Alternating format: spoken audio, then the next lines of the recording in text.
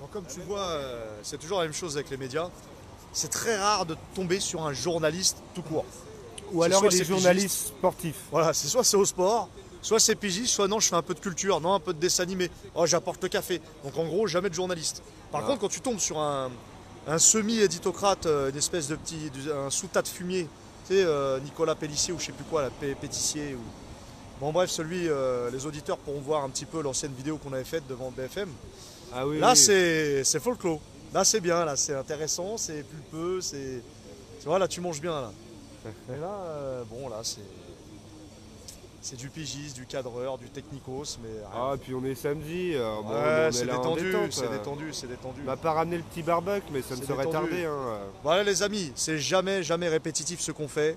Ça s'appelle de la guerre psychologique. En guerre psychologique, on est constant. On est toujours devant eux, on est toujours après eux, et on est toujours en train de les attendre. Ça finira par produire du résultat, c'est déjà en train de produire du résultat. C'est ça, les amis, c'est un de nos chevals de bataille, on va dire, c'est la guerre psychologique. Ces gens-là ont besoin d'être mis sous pression psychologique, c'est super important, super important. Ils sont quelque part les leviers du système. L'oligarchie, sans des médias mainstream, ne peuvent pas passer leur message, ne peuvent pas passer, si vous voulez, les outils de contrôle. En ingénierie sociale, les médias, c'est la colonne vertébrale. Donc c'est pour ça qu'on est là, les amis, c'est pour ça qu'on se prend la tête à être constamment devant les médias. Et Ça fait partie de la guerre. D'ailleurs, avec le soleil, on en parle nous depuis longtemps, l'esplanade de Henri de France, là-haut, de faire une sorte de grand camping pour les beaux jours et d'investir et de jusqu'à ce qu'on ait un temps de parole à France TV. C'est ça, c'est ça. Exactement. Juste là où on peut montrer que par derrière, voilà, quand vous êtes ici en fait... Je crois que c'est l'escalier, il est là-bas, non? Bah, je crois que t'en as un ici là. Ouais, juste voilà, en fait à gauche, là. le premier à gauche derrière la pancarte, Et vous montez et vous êtes sur l'esplanade Henri de France. Et là, allez-y les amis, barbecue, camping. C'est vrai que quand les beaux temps vont arriver, ça va être compliqué pour les médias. Hein. On va se prévoir ça. Ça va être très très compliqué. Les amis, Mehdi, tu nous as rejoint, on sait que tu fais t'as un live Facebook sur internet. Si tu peux nous dire un peu ce que tu fais habituellement, toi de ton côté. ah bah moi je me suis donné comme objectif que j'arrive à tenir jusqu'à présent de donner un live tous les soirs. Je le fais depuis plusieurs semaines. Je souffre pas mal de la censure, donc j'ai mis en place des mécanismes qui font que là je suis en train de diffuser en ce moment ce live sur plusieurs plateformes, sur Periscope, Twitch, sur YouTube, sur 2 comptes Facebook, mon compte de secours vu qu'on m'avait bloqué le principal et le compte principal que je viens de récupérer, sur VK. VK c'est le Facebook russe, donc j'invite tout le monde à aller massivement sur VK. Voilà, moi mon combat c'est dénoncer la franc-maçonnerie. Nous sommes tous attachés à la laïcité. Et pourtant, il y a un groupement de personnes, on peut appeler ça une secte ou une religion ou une tendance ou un lobby, appelez-les comme vous voulez, mais ils dominent toutes les institutions. Hein. L'institution judiciaire, hein, tous les magistrats, pour devenir magistrats, doivent être francs-maçons. L'institution législative, hein, les députés, Et on se souvient de François Hollande qui a dit que c'était une étape obligatoire pour entrer en politique. Absolument, on se souvient. Et c'est pas le seul. C'est pas le seul, et on se souvient aussi des enfants du juge Roche qui ont dénoncé leur père, hein, ce qui était un haut magistrat à la cour d'appel, qui s'est soi-disant suicidé. Vous trouvez une vidéo que je diffuse habituellement, vous voyez ces enfants qui dénoncent absolument tout. Et donc le juge Roche qui est mort, bonjour. Le juge Roche qui est mort, et ça fait partie de l'affaire Patrice Allègre où il y a eu plus de 250 disparus quand même, hein. Plus de 250 disparus. Hein. On a essayé de faire passer un peu pour des suicidés, puis après on s'est rendu compte que finalement ils ne se sont pas suicidés. Donc il y a des choses graves qui se passent dans ce pays et il faut le savoir. Donc ça c'est le judiciaire, vous avez le législatif, vous avez l'exécutif aussi. Tous les gradés de la police, de la gendarmerie, des militaires sont francs-maçons. Et vous avez les merdias, c'est pour ça qu'on vient donc devant les merdias. Et je rajouterais même, tous les présidents africains mis en place par l'État français sont francs-maçons. Absolument. C'est un tissu planétaire. Alors les loges changent de nom, mais la corporation reste la même. Hein. C'est basé sur la manipulation, sur la duplicité. Afficher par exemple liberté, égalité, fraternité, mais dans l'obscurité, parce que les obscurantistes c'est eux, hein. Dans l'obscurité comploté pour réaliser l'inverse en fait. Hein. C'est des gens, ils sont connus dans l'histoire, il y a beaucoup de complots, c'est de leurs œuvres. La Première Guerre mondiale, elle est partie d'un attentat sous faux drapeau. Hein. Quand on voit ce qui se passe aujourd'hui, c'est pas nouveau. Hein. La Première Guerre mondiale qui a donné suite à la Deuxième Guerre mondiale. Et vous connaissez... Elle a été inscrite dès la fin de la première, la deuxième était inscrite, ils savaient que ça arriverait derrière, obligatoirement. C'est obligé, vous étranglez quelqu'un. Il y a un moment où il se défend. Quand vous prenez le chien le plus gentil du monde, vous le coincez dans un coin, vous le tabassez. Il y a un moment, il va vous mordre. Et à la fin de la Première Guerre mondiale, on a fait supporter sur le peuple allemand. Hein.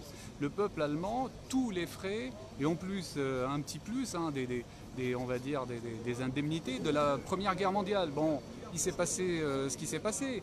Le peuple allemand, au bout d'un moment, donc, a voté pour des extrêmes et on connaît la suite. Hein. C'était manigancé. Hein. Il y a même, ça va beaucoup plus loin, hein, la franc-maçonnerie. Hein. Il faut tout remettre en cause, les amis. Hein. Les pyramides d'Égypte, Jeanne d'Arc. Enfin, c'est des histoires, lorsque vous réfléchissez 2 secondes, même un enfant va douter de leur véracité. Alors, je vois qu'il y a quelqu'un qui est arrivé, non ?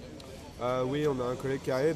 Je rajouterais juste que nous, dans notre créneau de mettre en lumière ceux qui sont dans l'ombre, tu nous as contacté via ça pour Facebook, et que donc on organisera des cibles pour parler de sujets précis, comme tu le sais, à travers la franc-maçonnerie et bien d'autres choses. Donc voilà, nos collègues qui nous suivent sont amenés à te revoir avec nous en live sur des cibles ponctuelles. Donc aujourd'hui, c'est la première fois qu'on se rencontre physiquement, mais on invite des guests comme ça à parler de certains sujets et qu'il y en aura d'autres encore. Voilà, c'était pour préciser. Eh bien, merci beaucoup, ça me fait plaisir. Je salue au passage tous les spectateurs donc, de votre Facebook, là où vous diffusez. Moi-même, je suis en train de diffuser actuellement. Ouais, on est en double live là. Parfaitement. Et donc, nous avons besoin de solidarité, nous avons besoin d'union. Hein, eux, si vous voulez, ils tablent sur les divisions. Et c'est pour ça qu'ils installent les divisions dans la société. Monter les femmes contre les hommes, les enfants contre les parents, mettre le peuple... Détruire la famille. Parfaitement. C'est le complot contre la famille. Là, on l'a vu parent 1, parent 2, tu sais, un nouveau truc là, de loi d'école. Bon. C'était on écrit. est habitué, il n'y a plus d'étonnement en fait. C'était écrit d'avance. Alors moi qui suis... je suis animateur dans SOS Papa, je connais très très bien ce qui vient de se passer, c'est la loi Taubira. Et même je vais vous dire une révélation que personne ne vous dira, je vais vous donner un scoop, que le package loi Taubira qui était soi-disant fait pour donner l'égalité aux personnes homosexuelles, c'est parce qu'ils drapent toujours avec quelque chose de bien pour que vous ne voyez pas le mal. Hein. Eh bien non seulement il y avait dedans parent 1, parent 2, mais il y a aussi quelque chose qui est très très dangereux, c'est que ça a instauré pour la première fois le fait de pouvoir supprimer la filiation biologique, ce qui n'était pas possible avant. Avant, si vous aviez par exemple un père, et si l'enfant, même s'il avait été adopté, etc., l'inscription du père biologique qui a déclaré l'enfant, etc., sur les papiers officiels, était à jamais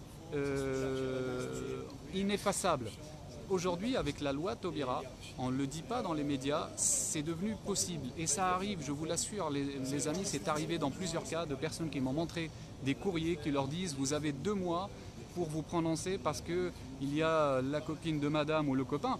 Je veux dire, madame, par exemple, n'a pas besoin d'être mariée avec sa meilleure amie. Elle dit « je suis en concubinage », elle a décidé d'adopter, on supprime le nom du père. Et ça peut arriver dans l'inverse alors.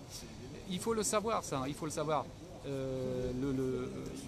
Comment dire, cette loi, ce package de la loi Taubira, il comporte un cheval de Troie contre la famille. C'est la continuité du complot contre la famille. On le vit tous les jours lorsque vous voyez les images qui sont balancées à la télé, les clips à destination de nos enfants, lorsque vous voyez ce qui se passe à l'école, l'endoctrinement, les intervenants qui passent pour leur dire que l'IVG c'est super. Enfin, on n'a pas besoin de savoir ça. L'IVG c'est traumatisant, hein. Les femmes qui ont recours à l'IVG, c'est un traumatisme. On a des intervenants pareillement qui viennent faire la promotion, l'explication de l'homosexualité, mais il n'y a pas besoin. Ou alors amener des représentants de chaque genre ou de chaque appartenance pour expliquer.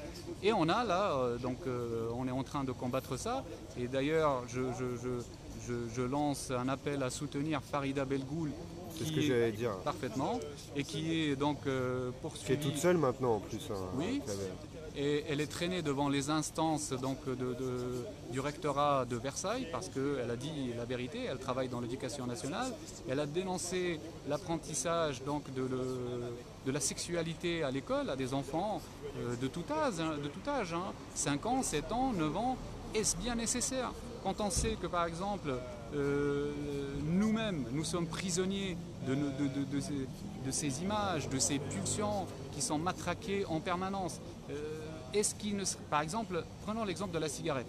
Ne serait-il pas mieux de cacher la cigarette à quelqu'un jusqu'à un âge avancé ou de lui montrer que lui aussi, je vais dire, il peut faire le geste, allumer une cigarette, etc.